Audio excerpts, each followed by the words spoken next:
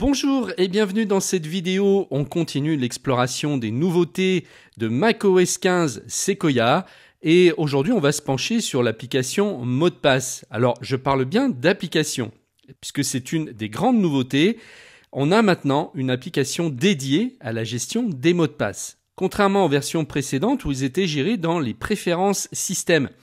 Donc cette application centralisée va rendre la gestion de vos informations de connexion beaucoup plus intuitive et sécurisée.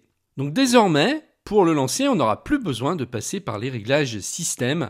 On pourra aller directement dans le Launchpad, lancer l'application. Voici l'icône, la toute nouvelle icône avec ces trois petites clés. Il suffira de cliquer dessus, d'entrer le mot de passe de votre session pour déverrouiller, bien sûr, très important. C'est une sécurité supplémentaire au cas où, par exemple, quelqu'un aurait accès à votre Mac. Même si il a accès à votre Mac, il faudra qu'il re-rentre de nouveau le mot de passe de la session pour accéder à votre mot de passe. Donc après, une fois le mot de passe rentré, vous avez une interface qui est désormais plus conviviale et bien mieux organisée. À gauche, vous trouverez une barre latérale semblable à celle de l'application Rappel avec des sections pour différents types de comptes et d'informations. Vous pouvez facilement naviguer entre vos comptes personnels, professionnels et autres catégories de mots de passe avec les groupes partagés. Donc ça va permettre une gestion claire et rapide de vos informations de connexion sans avoir à chercher dans des menus complexes ou des paramètres cachés. Et ça, vous pourrez le faire en toute sécurité.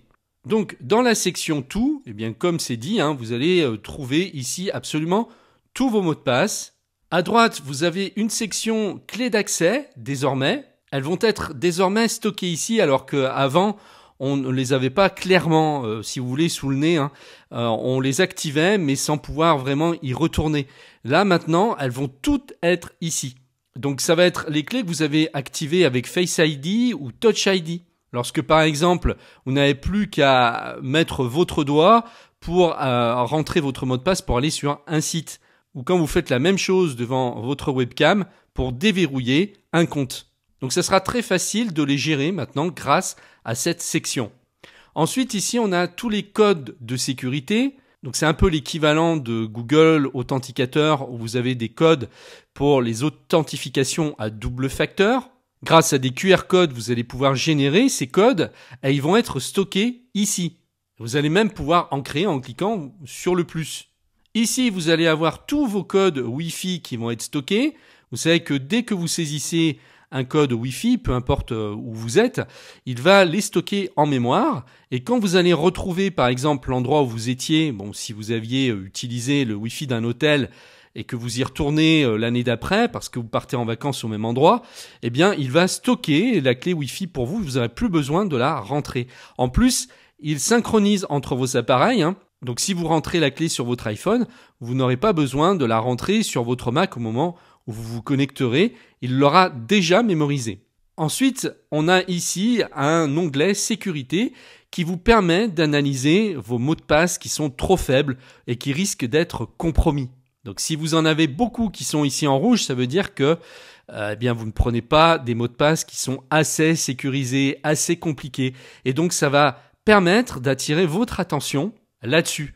Ensuite, on a un onglet supprimer où on va pouvoir retrouver tous les mots de passe qu'on a supprimés pendant 30 jours.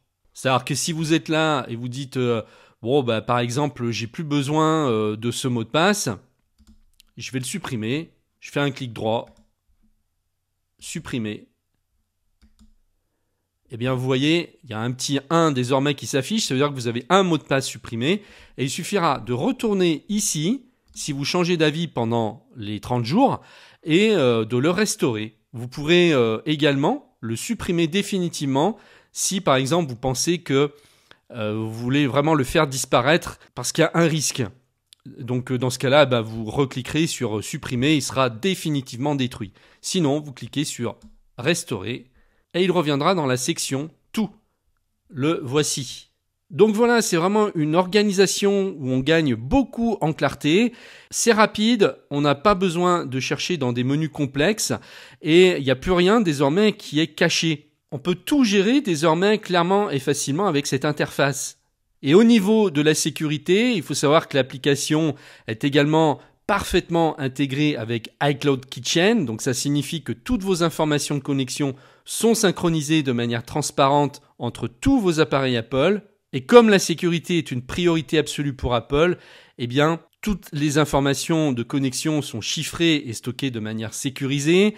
L'application utilise des méthodes d'authentification avancées comme Face ID et Touch ID pour garantir que seules les personnes autorisées peuvent accéder à vos mots de passe. Et en cas de compromission de compte, l'application peut vous alerter et vous conseiller de changer vos mots de passe immédiatement, ce qui ajoute une couche supplémentaire de protection. Pour ceux qui souhaitent aller plus loin, sachez que j'ai réalisé des formations complètes sur Mac qui traitent d'absolument tous les sujets. Du système macOS aux applications natives comme Safari, Mail, Rappel, Photos, Notes. Ce sont des centaines de vidéos qui traitent de toutes les fonctionnalités en détail. Elles sont aussi bien destinées aux débutants qu'aux utilisateurs confirmés qui veulent maîtriser leur Mac. Et vous pouvez y avoir accès tout de suite en cliquant sur le lien qui se trouve juste en description de la vidéo. Je vous remercie de m'avoir suivi et je vous dis peut-être à tout de suite de l'autre côté.